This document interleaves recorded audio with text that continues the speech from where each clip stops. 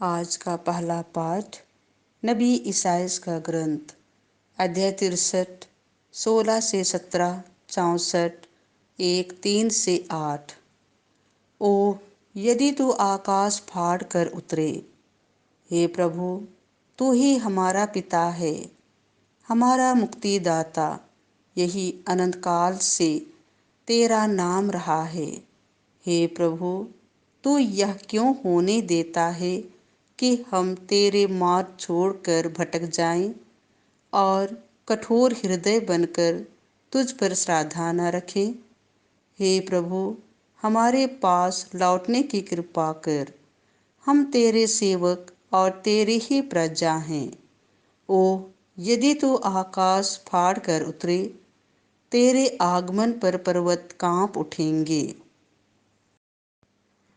यह कभी सुनने में अथवा देखने में नहीं आया कि तेरे ही समान कोई देवता अपने पर भरोसा रखने वालों के साथ इस प्रकार का व्यवहार करे।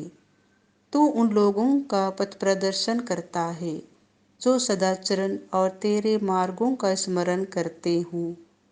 तू अप्रसन्न है क्योंकि हम पाप करते थे और बहुत समय से तेरे विरोध विद्रोह करते आ रहे हैं। हम सबके सब अपवित्र हो गए और हमारे समस्त धर्म कार्य मलिन वस्त्र जैसे हो गए थे। हम सब पत्तों की तरह सूख गए और पवन की तरह हमारे पाप हमें चितराते रहे। कोई भी ना तो तेरा नाम लेता था और ना तेरे शरण में जाने का विचार करता था, क्योंकि तूने हमसे मुंह फेर लिया था और हमें हमारे पापों के हवाले कर दिया था। तो भी हे प्रभु, तू हमारा पिता है। हम मिट्टी हैं और तू है कुम्हार। तूने हम सबों को बनाया है। यह प्रभु की वाणी है। आज का दूसरा पाठ कुरिन्थियों के नाम संत पौलुस का पहला पत्र अध्याय 1 3 से 9। हम अपने प्रभु यीशु मसीह के आगमन की प्रतीक्षा करते हैं।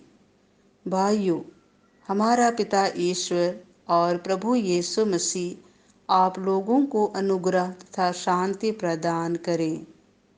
आप लोगों को यीशु मसीह द्वारा ईश्वर का अनुग्रह प्राप्त हुआ है। इसके लिए मैं ईश्वर को निरंतर धन्यवाद देता हूँ।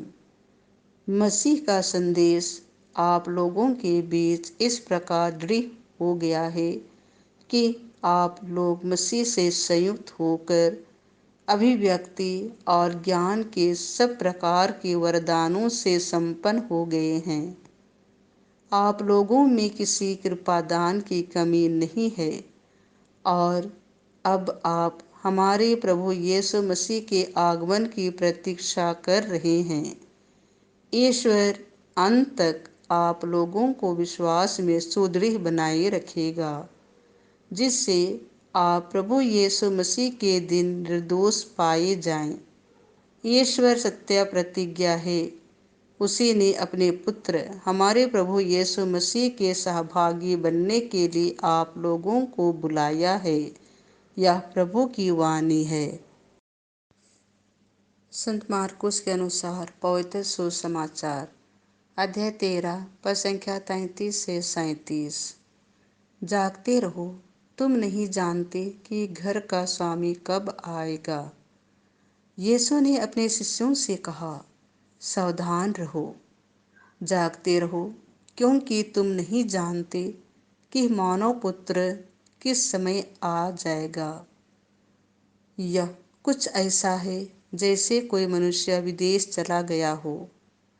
उसने अपना घर छोड़कर उसका भार अपने नौकरों को सौंप दिया हो, हर एक को उसका काम बता दिया हो और द्वारपाल को जागते रहने का आदेश दिया हो।